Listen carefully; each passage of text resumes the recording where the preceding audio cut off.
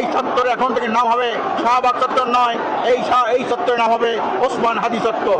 ইসলামী আন্দোলন বাংলাদেশের পক্ষ থেকে আগামীকাল জুমাবাদ বাইতুল মোকাররমের উত্তরগেট থেকে বিশাল বিক্ষোভ মিছিল এবং অনুষ্ঠান হবে। আপনাদেরকে সবাইকে আহ্বান জানাই সেই বিক্ষোভ সমাবেশে সমাবেশ করার জন্য।